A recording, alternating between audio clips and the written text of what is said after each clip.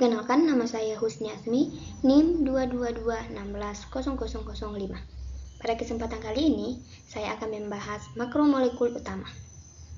Senyawa organik dan anorganik yang terkandung dalam sel sangat beragam. Senyawa-senyawa penyusun bagian sel yaitu dinding sel, membran sel, organel sel, dan inti sel yang merupakan senyawa organik berupa molekul besar. Adapun senyawa organik penyusun sel sebagai berikut. Yang pertama adalah karbohidrat.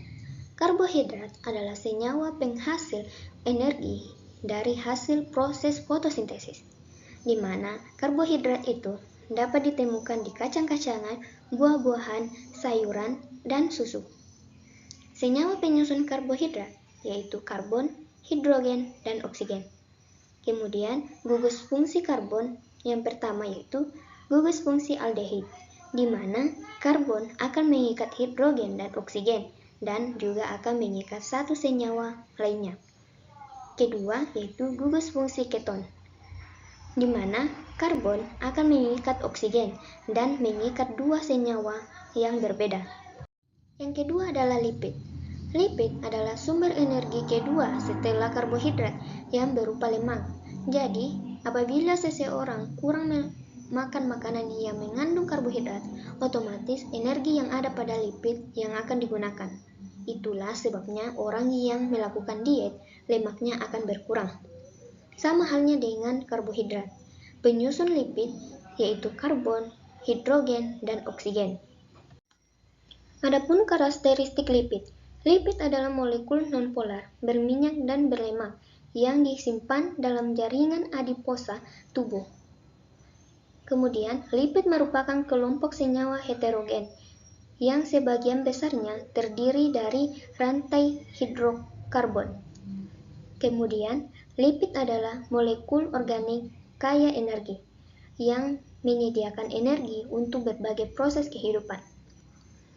Kemudian, lipid merupakan golongan senyawa yang dicirikan oleh kelarutan dalam kelarutan nonpolar dan ketidaklarutannya dalam air.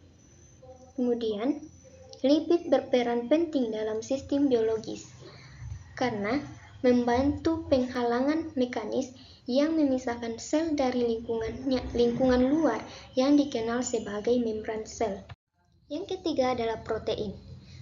Senyawa penyusun protein yaitu asam amino. Asam amino paling tidak mengandung karbon, hidrogen, oksigen, dan nitrogen. Adapun gugus fungsi protein yaitu gugus fungsi amino dan gugus fungsi karboksil, di mana pada gugus fungsi amino, karbon akan mengikat H dan N, juga mengikat satu senyawa lainnya. Sedangkan gugus fungsi karboksil, di mana karbon akan mengikat O dan OH. Protein sangat penting bagi makhluk hidup, karena semua enzim yang terlibat dalam reaksi metabolisme adalah protein. Akan tetapi, hal itu tidak memungkinkan bahwa semua protein adalah enzim. Yang keempat adalah asam nukleat. Asam nukleat berfungsi sebagai pembawa utama informasi dalam sel yang menentukan karakteristik bawaan setiap makhluk hidup.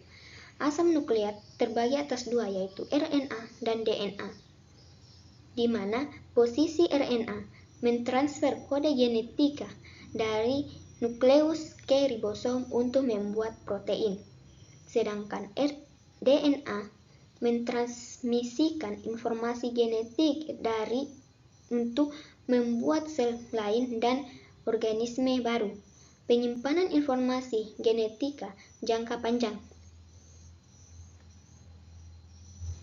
Perambatan RNA disintesis dari DNA, sedangkan DNA dapat mereplikasikan dirinya sendiri. Dalam RNA terdapat adenin, sitosin, guanin, dan uranin, sedangkan dalam DNA terdapat adenin, guanin, sitosin, dan timin. Dari perbedaan kedua tersebut,